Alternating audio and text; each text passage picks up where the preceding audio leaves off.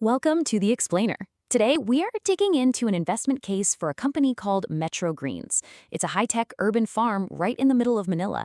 And get this, what if I told you that even its most pessimistic forecast is projecting some absolutely massive returns?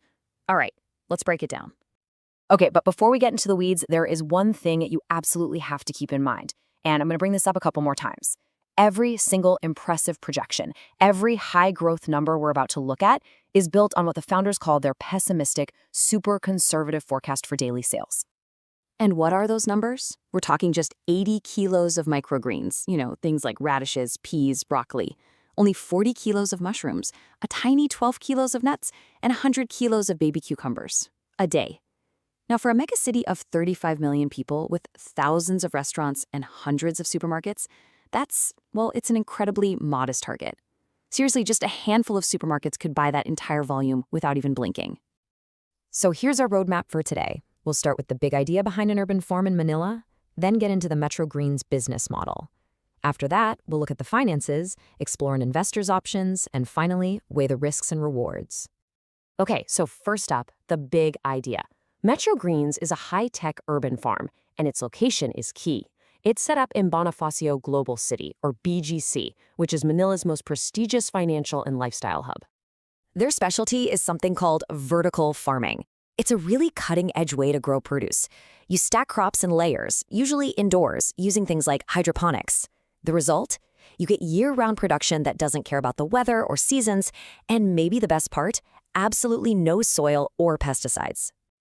So how does that all translate into a winning business model? Well, their edge really comes from this unique mix of technology and that prime location we just talked about.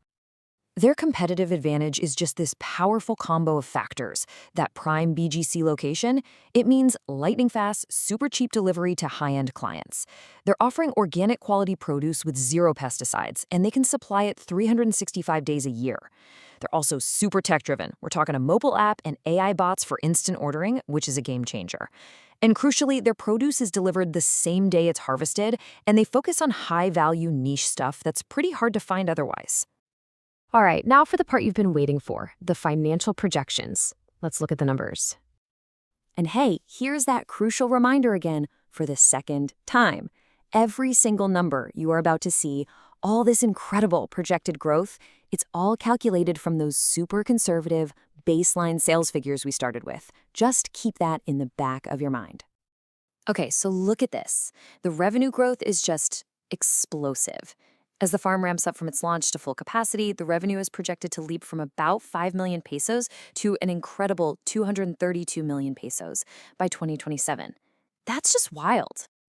So what's driving all this growth? Well, the engine here is high-margin microgreens. Because they've got premium pricing and are so efficient to produce, they're expected to make up 82% of all sales by 2027.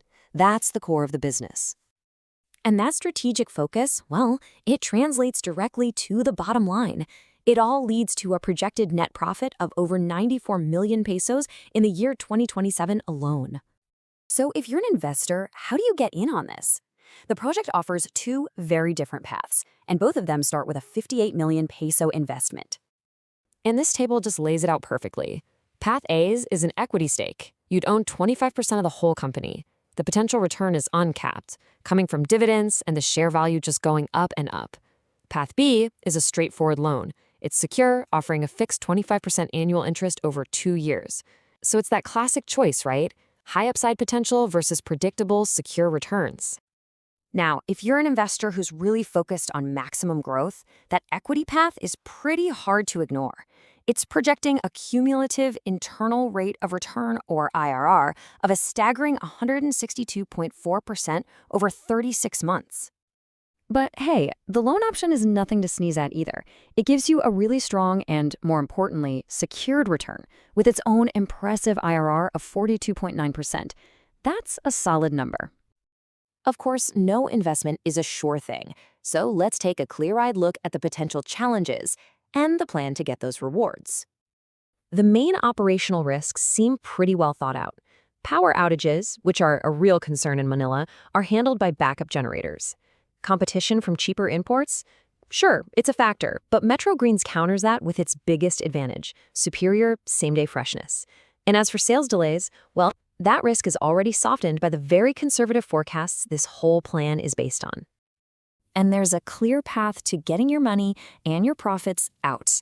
They've planned multiple exit strategies for equity investors, everything from a strategic sale to a bigger food company to a founder buyback, or you could just hold the share and collect dividends for years to come.